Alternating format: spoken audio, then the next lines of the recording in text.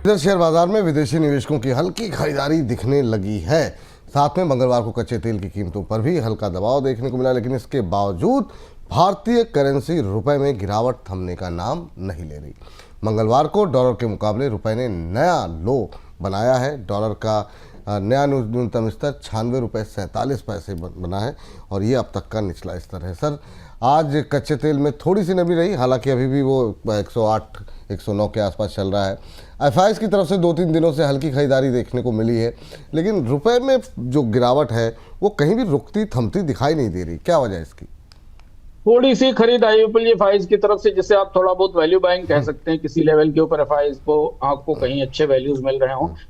रुपया जिस दिशा में है उस दिशा में आपको लगातार बता रहे हैं कि आरबीआई अब रुपए में दखल की कोशिशों से पीछे हट चुका है और इसलिए 97 का स्तर अब बेहद करीब दिखाई दे रहा है, क्योंकि क्रूड की कीमत जैसे जैसे बढ़ती है और करीब करीब अगर हर $10 की बढ़ोतरी के बाद भारत के लिए जो क्रूड का बिल है उसमें करीब करीब $15 बिलियन के आसपास की बढ़ोतरी होती है।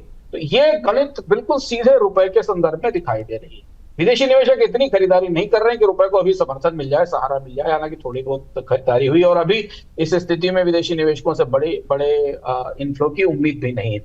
यहाँ से जो चुनौती और चिंता वो ये है, जो अगले शायद 1-2 दिनों में स्पष्ट होगी कि सरकार को विदेशी मुद्रा रोकने के लिए और विदेशी मुद्रा लाने के लिए सामान्य उपायों से अलग जाना पड़ेगा। कुछ नए और कुछ खास किस्म के उपाय करने पड़ेंगे। वो क्या हो सकते हैं? क्या विदेश में रहने वाले एनआरआईज को एक स्पेशल विंडो दी जाएगी? उन्हें भारत में ज्यादा ब्याज दरें दी जाएंगी? कौन से ऐसे तरीके होंगे? क्योंकि अब जो पुरानी रूल बुक थी, जो पुराने नियम थे, वो तो सब चुक गए उनके हाथ से। तो चीजें बाजी आरबीआई के हाथ से फिसल गई है।